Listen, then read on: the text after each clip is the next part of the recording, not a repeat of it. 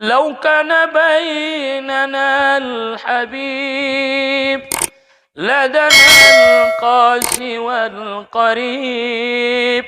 من طيبة قبل المغيب طالبا قرب الحبيب.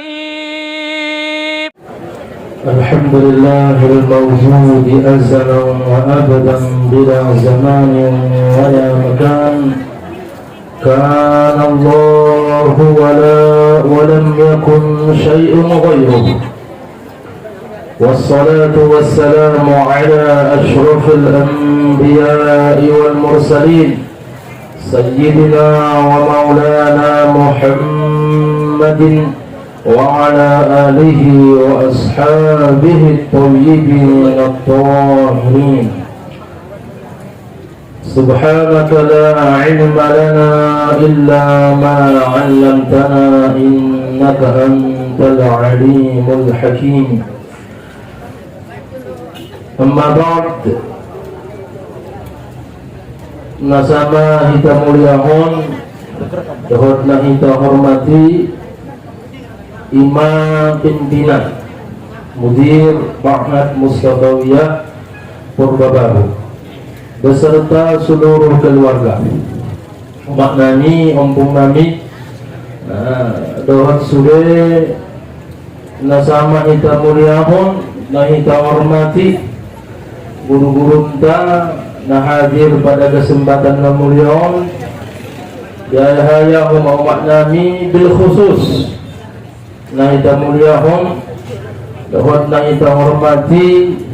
Alhamdulillah bisa hadir bersama kita kembali Tuan Guru kita Syekh Thariq Ghanam Al-Hasani dari salah seorang dzurriyyatun Nabi sallallahu alaihi wasallam dari jalur Al-Hasani.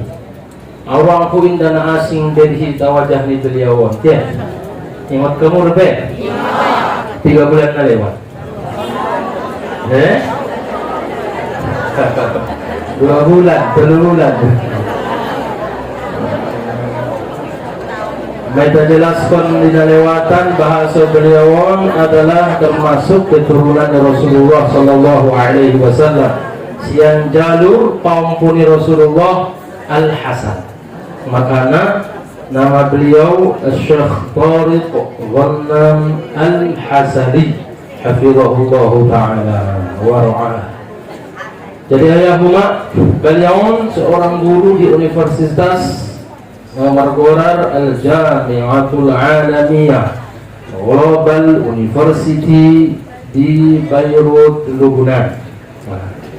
Sekilas tentang beliau.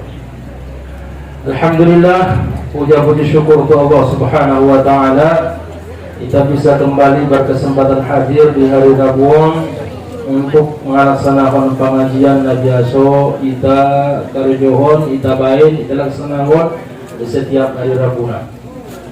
Mudah-mudahan dapat niatlah ikhlas di kita bersama Allah tabaraka wa taala mengalihkan kita pahala ganjaran ulang tiuman. Amin. Salawat dan salam ke Rasulullah Muhammad sallallahu alaihi wasallam. Wa ucapan Allahumma salli wa sallim ala sayyidina Muhammad wa ala ali sayyidina Muhammad. Adalah kebanggaan dan harapan besar dan syukur yang sangat banyak bila pesantren tahun, pengajian tahun sering dikunjungi dari orang yang mengalir pada tubuhnya darah Rasulullah sallallahu alaihi wasallam. Mudah-mudahan dapat kedatangan nialai para habaib di sekolah tahun merupakan barokah. Jadi menyebut nialion ini dalam mengajian beliau letong deh. Ya doh, tamu lain masih siap mak? Sama ada kurung lebih. Nah, Syekh nabda. Assalamualaikum. Assalamualaikum warahmatullahi taala wabarakatuh.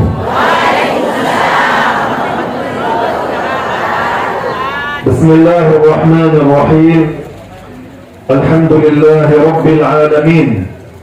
وصلى الله وسلم على سيدنا محمد أشرف المرسلين وحبيب رب العالمين وعلى آله وأصحابه الطيبين الطاهرين ومن تبعهم بإحسان إلى يوم الدين.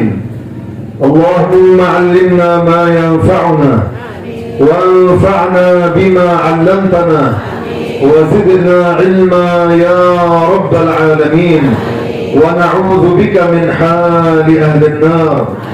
أما بعد أذكر نفسي وإياكم بإخلاص النية لله تعالى بالاشتغال بعلم الدين، لأن رسول الله صلى الله عليه وسلم يقول إنما الأعمال بالنيات وإنما لكل امرئ ما نوى. Setelah guru kita Syekh Tauhid Ghannam hafizahullah ta'ala menyebutkan muqaddimahnya memuji Allah subhanahu wa ta'ala serta berselawat dan salam kepada Rasulullah sallallahu alaihi wasallam, keluarga, sahabat dan orang-orang yang senantiasa mengikuti ajaran beliau, maka Syekh kita berdoa, Allahumma 'allimna ma yanfa'una, ya Allah ajari kami, berikan kepada kami ilmu yang bermanfaat untuk kami. Wanfa'na bima 'allamtana, berikan manfaat dari apa yang kami pelajari sehingga kami mampu mengamalkan, melaksanakan ilmu yang kami ketahui tersebut. Wazidna ilma, tambahkanlah ya Allah ilmu kami.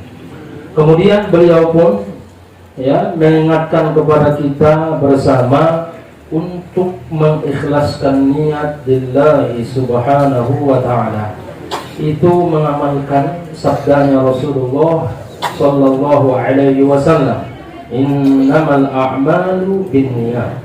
Amal soleh yang kita kerjakan supaya berterima mestilah dibarengi dengan niat yang benar karena Allah Ta'ala. Wa innama likulli imri'in ma nawa, dan balasan yang diberikan pun kepada orang yang beramal tersebut sesuai dengan apa yang dia niatkan. Yaqulu Allah Ta'ala fil Qur'anil 'azim, inna ad-dina 'inda Allahil Islam. Al-Islam huwa ad-din alladhi radiyahu Allah Ta'ala li'ibadihi la ghair. Allah subhanahu wa ta'ala berfirman, inna ad-dina 'inda Allahil Islam. Agama satu-satunya yang diterima oleh Allah subhanahu wa ta'ala hanyalah Islam. Maka Islam adalah agama yang diridhoi oleh Allah tabaraka wa ta'ala, dan tak ada satupun agama yang diridhoi Allah selain agama Islam.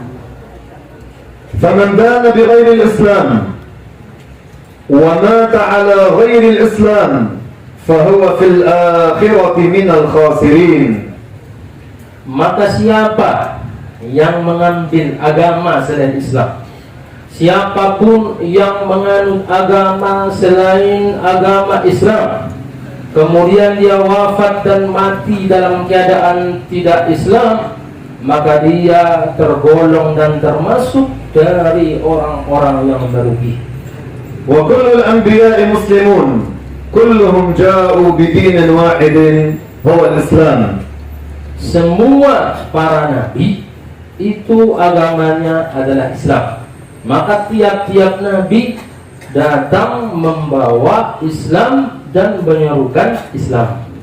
Falhamdulillah alladhi ja'alana ala hadha ad-din al-'azim.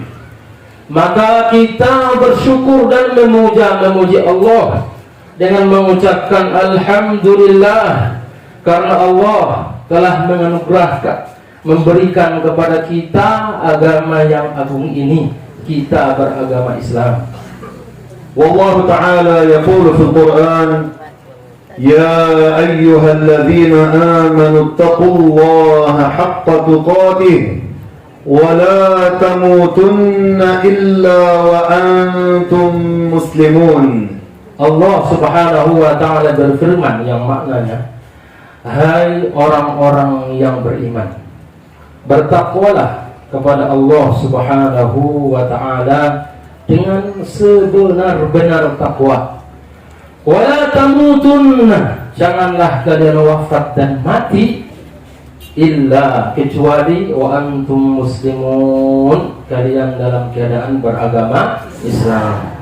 فالله تعالى أمرنا في هذه الآية بالتقوى، والتقوى هي أمران عظيمان: أداء الواجبات واجتناب المحرمات. Allah Subhanahu wa taala pada ayat ini memerintahkan kita untuk bertakwa kepadanya. Allah memerintahkan kita untuk bertakwa kepada Allah. Dan takwa pengertiannya dua perkara yang agung, yakni melaksanakan seluruh perintah-perintah Allah dan menjauhi semua larangan-larangannya. فالذي يتقي الله في هذه الدنيا ويموت على التقوى فقد فاز فوزا عظيما. Maka siapa-siapa yang bertakwa kepada Allah Tabaraka wa Ta'ala di dunia ini, dia termasuk tergolong orang-orang yang bertakwa kepada Allah di dunia ini, maka sungguh dia telah memperoleh keberuntungan yang sangat agung.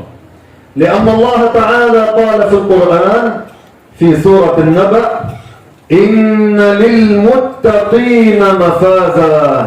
Karena Allah Tabaraka wa Ta'ala berfirman pada Al-Quran pada surah An-Naba, inna lil muttaqina mafaza, sungguh bagi orang-orang yang bertakwa itu keberuntungan yang sangat agung dan luar biasa. نعيد الآية جماعة sama-sama. Kata beliau, kita ulangi ayat bersama-sama. قال الله تعالى قال الله تعالى قال الله تعالى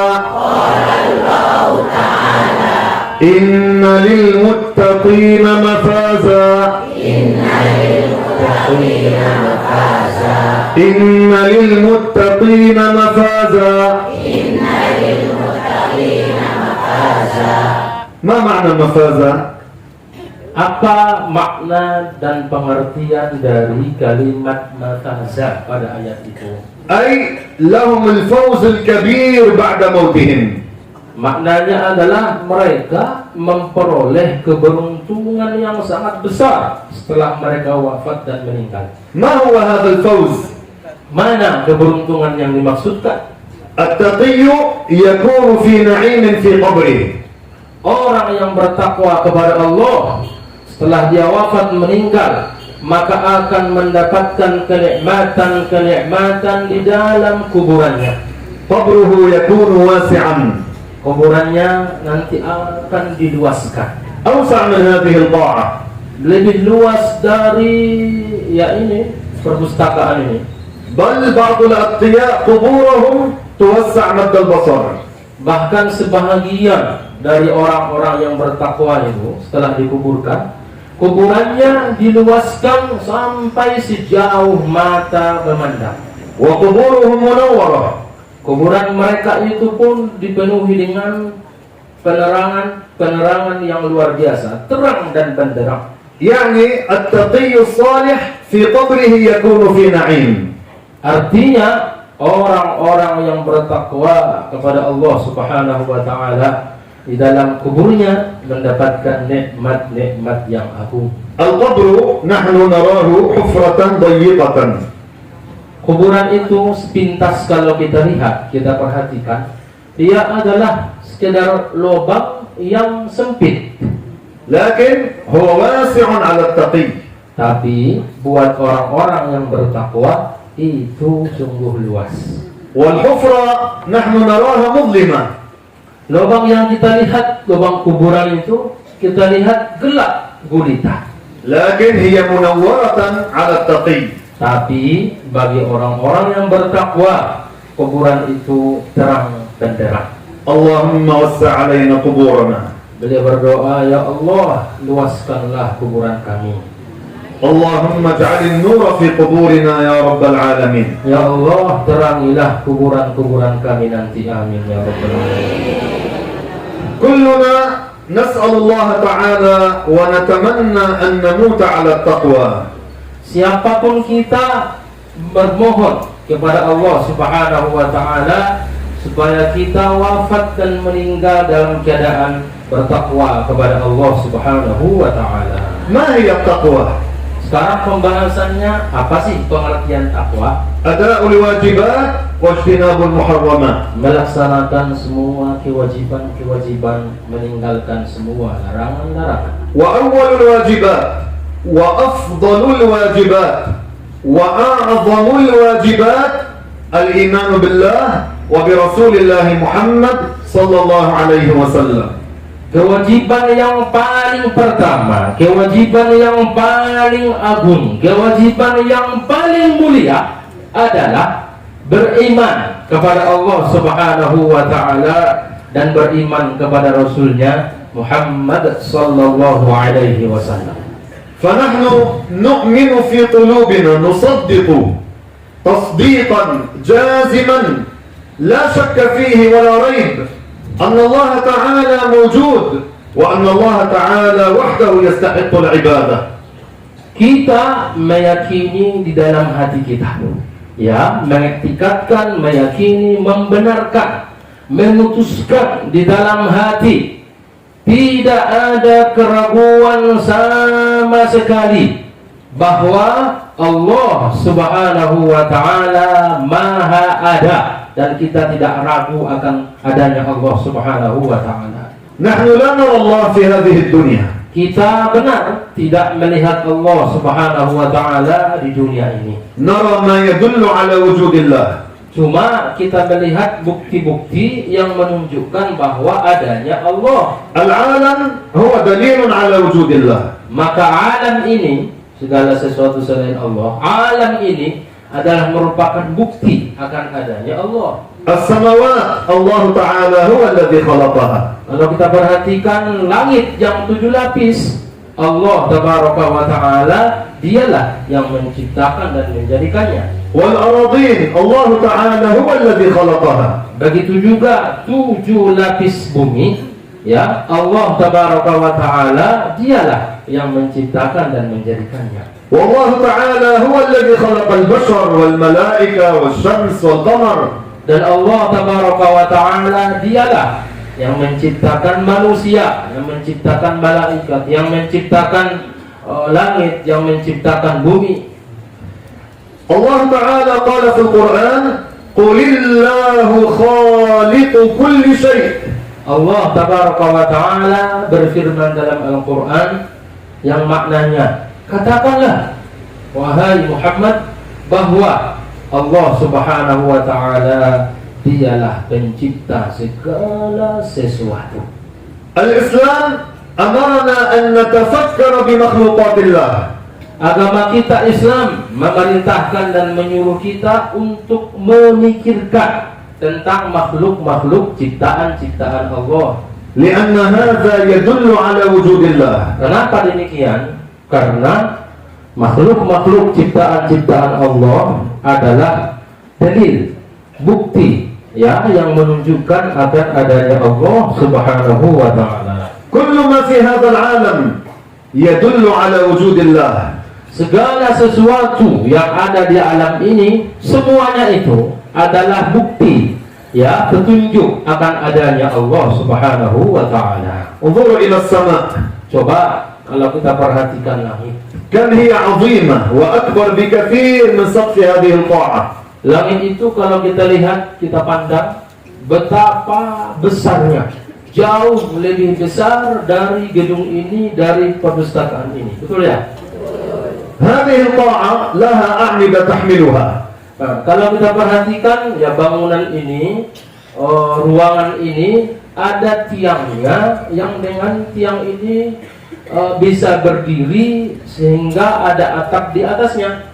أما السماء لا أعمدة لها. Adapun langit tidak ada tiang-tiangnya. الله تعالى رفعها بلا عمد.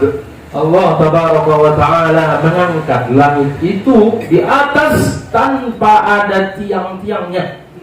فهي محفوظة بقدرة الله. Maka langit itu tidak jatuh, terjaga dengan demikian adalah karena kekuasaan Allah subhanahu wa ta'ala. هذا يدل على وجود الله. Nah ini kalau kita pikirkan pasti menunjukkan akan adanya Allah. ولو تفكرنا في أنفسنا كل ما فينا يدل على وجود الله. Begitu juga kalau kita mencoba memikirkan apa yang ada pada diri kita saja, maka ini semua pasti menunjukkan akan adanya yang menciptakan dan menjadikan kita, menunjukkan adanya Allah. كيف نأكل؟ Bagaimana kita makan, وكيف نشرب؟ bagaimana kita minum, وكيف نرى؟ bagaimana kita bisa memandang melihat, وكيف نسمع؟ bagaimana kita bisa mendengar, وكيف نتكلم؟ bagaimana kita bisa berbicara, وكيف نتنفس؟ bagaimana kita bernafas. كل هذا يدل على وجود الله. Kalau kita pikirkan ini semua pasti ya akan berkesimpulan menunjukkan akan adanya Allah yang menciptakan dan menjadikan kita. ولا يسع الوقت لا يسع أن نتكلم عن كل هذه الأمور بالتفاصيل. Pasti waktu tidak akan cukup kalau kita ingin berbicara merincikan semua permasalahan-permasalahan ini. لكن سأذكر شيئا واحدا Kata beliau, tapi saya akan menyebutkan satu masalah saja. تتعلق بمسألة الطعام. Ini berkaitan dengan masalah makanan. عندما نضع شيئا من الطعام في فمنا Di saat kita meletakkan makanan di mulut kita, kata beliau, ما الذي يحصل؟ apa yang terjadi? ينزل شيء قليل من الريق على هذا الطعام. Pasti akan turun air sedikit, air liur, air ludah kita tersebut ke makanan yang ada di mulut kita tersebut. يساعدنا على مضغ الطعام. Dan pasti inilah yang membantu kita untuk gampang mengunyah makanan tersebut. تفكروا في هذا. Coba kita pikirkan masalah ini. تخيلوا لو لم يكن Kita bayangkan kalaulah seandainya tidak ada air tersebut, لكنا نحتاج إلى شيء قليل من الماء عند كل لقمة. pasti di setiap kali kita ingin makan, ya, mengunyah makanan butuh kepada air. وتخيلوا لو كان هذا الريق الذي ينزل بكمية كبيرة بمقدار هذا الماء. Kata beliau, kita pikirkan juga bagaimana kalau seandainya ya air yang turun itu tidak sedikit yang di mulut kita tapi banyak, sebanyak aqua yang di hadapan beliau. Sekali mangan koniban kebangan ini panganuni roai nasa aqua aja loh. ما كنا نستطيع أن نأكل. Di mana kita makan, pastinya tidak akan bisa kita memakan itu. فما من أحد منا هو الذي يتحكم بمقدار الريق الذي ينزل في فمه. Maka tak seorang pun dari kita yang bisa mengatur ukuran kadarnya air yang turun ke mulut kita di saat kita mengunyah makanan itu. فهذا يدل على عظيم قدرة الله. Nah, ini diantara salah satu bukti bahwa sungguh betapa agung dan kuasanya Allah Subhanahu wa Ta'ala.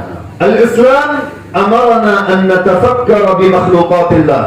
Agama kita Islam memerintahkan dan menyuruh kita untuk memikirkan tentang makhluk-makhluk Allah, ونهانا عن التفكر بذات الله. dan melarang kita untuk memikirkan zatnya Allah. الله لا يتصور في العقول.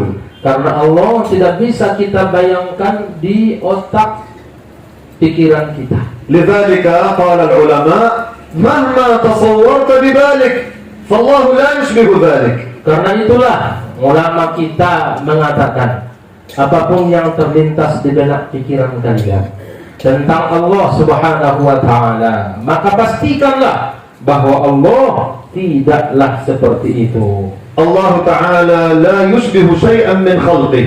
Karena Allah tidak menyerupai sesuatu apapun dari makhluknya. ليس جسما كثيفا وليس جسما لطيفا. Allah itu bukan benda yang bisa dipegang oleh tangan kita, dan bukan pula benda yang tidak bisa dipegang oleh tangan kita.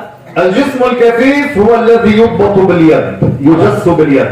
Ya, pengertian dari jisim kathif, benda kasar, benda kathif maksudnya sesuatu yang bisa dipegang, disentuh oleh tangan kita. Namanya apa? Jismun kathif. والجسم اللطيف هو الذي لا يضبط باليد كالهواء. Sedangkan jismun latif, ini istilah tauhid umat, artinya adalah sesuatu yang tidak bisa dipegang oleh tangan kita, seperti angin. Orang bisa menyebut angin itu? Nah, فإذا الله تعالى ليس جسما ولا يوصف بصفات الجسم. berarti kesimpulannya bahwa Allah Tabaraka wa Ta'ala bukanlah jisim, bukan benda, dan tidak disifati dengan sifat-sifat benda. فالله تعالى لا يشبه البشر Allah tidak menyerupai manusia, ولا يشبه الملائكة tidak serupa dengan malaikat, ولا يشبه شيئا من خلقه. tak serupa dengan sesuatu apapun dari makhluknya. قال الله تعالى ولم يكن له ولم يكن له ولم يكن له. ما معنى هذه الآية ولم يكن له كفوا أحد؟ Allah Subhanahu wa Ta'ala berfirman, walam yakul lahu kufuwan ahad. Nakut modom pagod sauti. Qala ta'ala walam yakul lahu kufuwan ahad. Apakah makna dan pengertian ayat ini? ليس له شبيه وليس له مثيل.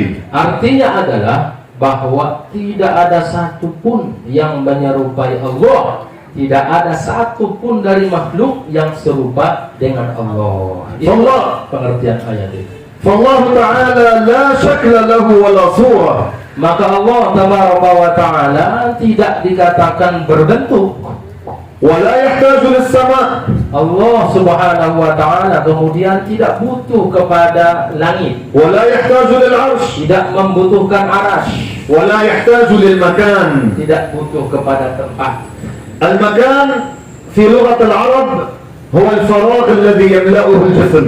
Ya, kalimat al-makan, tempat di dalam bahasa Arab, makna pengertiannya adalah ruang kosong yang diisi oleh benda.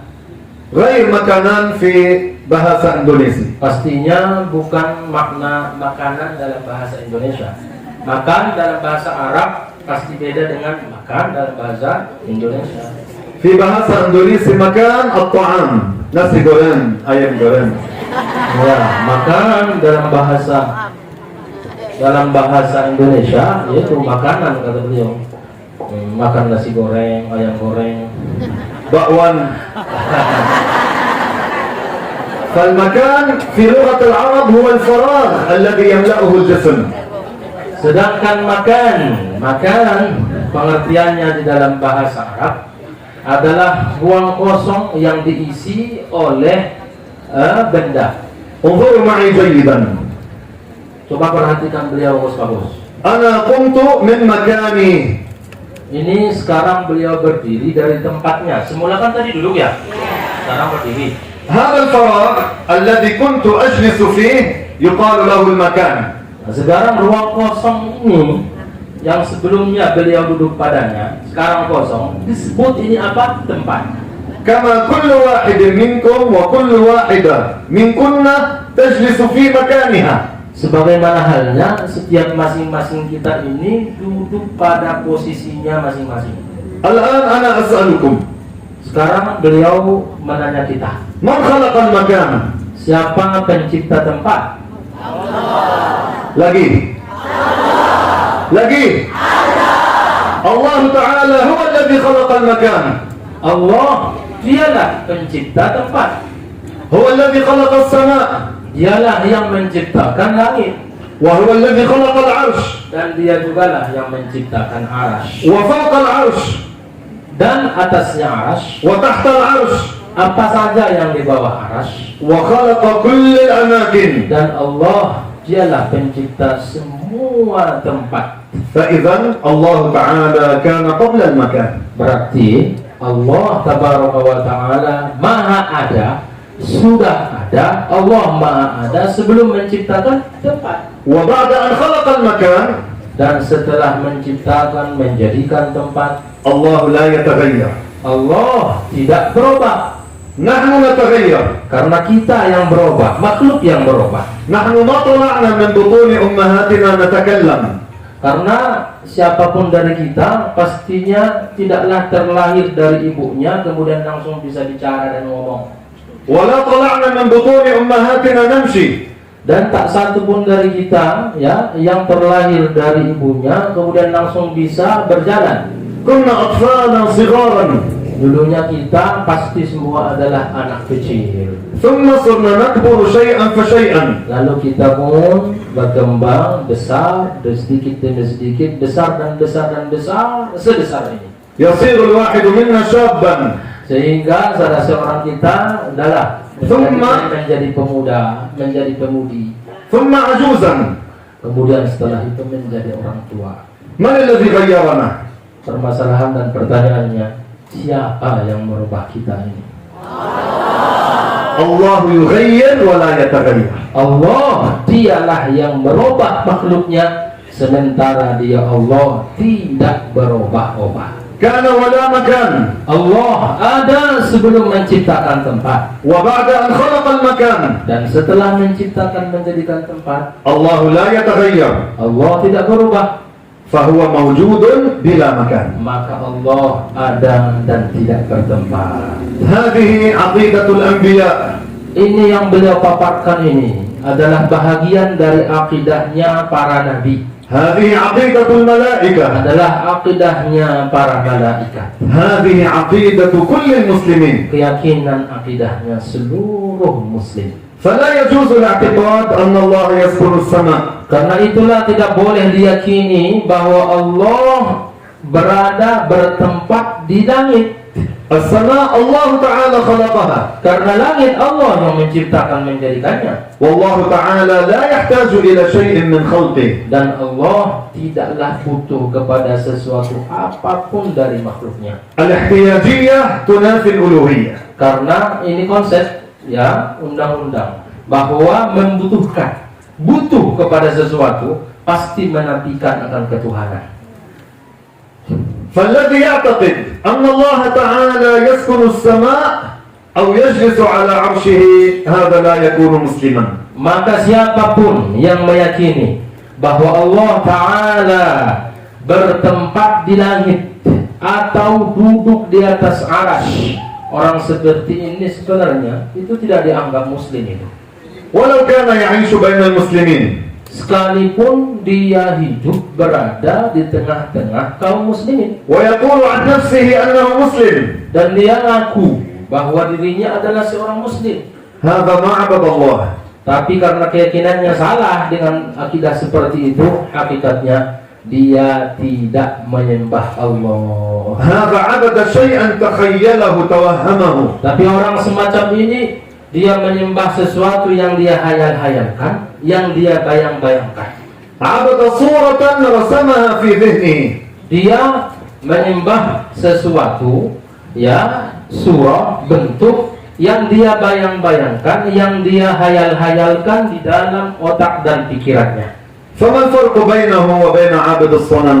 Lalu apa kalau begitu perbedaan orang semacam ini ya, yang menghayal-hayalkan Tuhan, yang membayang-bayangkan dalam hatinya ya, dan dia sembah, dengan orang yang menyembah berhala. الذي عبد صنما صنع هذه الصورة بيده. Penyembah berhala dia biasanya ya membuat berhala tersebut dari tangannya. وهذا المشبه عبد صورة رسمها في ذهنه.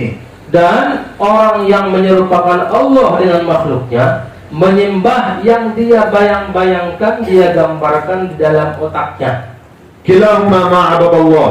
Maka kesimpulannya kedua-duanya sebenarnya tidaklah menyembah Allah Subhanahu wa taala. ولو سألنا سائل لما نرفع الأيدي إلى السماء عند الدعاء. Kalau andainya ada orang bertanya, lalu kenapa ketika kita berdoa mengedahkan tangan, mengangkat tangan dan menghadapkannya ke langit? لأن السماء قبلة الدعاء. Maka jawabannya adalah karena langit itu adalah kiblatnya orang yang berdoa. كما نتوجه في صلاتنا إلى الكعبة نتوجه في دعائنا إلى السماء. Sebagaimana halnya ketika kita sholat, maka kita menghadapkan badan kita ke Ka'bah karena kiblatnya orang sholat Ka'bah. Dan ketika kita berdoa, ya menghadapkan tangan kita ke langit. Maka ya seperti itu, sebagaimana halnya kita sholat menghadap ke Ka'bah, maka kita pun berdoa menghadapkan tangan ke langit karena kiblatnya orang yang berdoa adalah langit. أما الله تعالى موجود بلا مكان ولا جهة. Adapun Allah Subhanahu wa taala, maka Dia ada, tidak bertempat dan tidak berada pada arah. خذوا على هذه العقيدة. Kita mestinya konsekuen dan istiqomah, tetaplah di dalam akidah keyakinan seperti ini. قال الله تعالى ولا تموتن إلا وأنتم مسلمون. Allah Subhanahu wa taala berfirman yang maknanya, janganlah kalian sekali-sekali wafat kecuali dalam keadaan beragama Islam. فأسأل الله تعالى أن يثبتنا جميعا على عقيدة أهل السنة. Beliau memohon kepada Allah Subhanahu wa taala semoga menetapkan kita di dalam akidah Ahlus Sunnati wal Jamaah. لأنه في هذا الزمن انتشرت العقائد الفاسدة.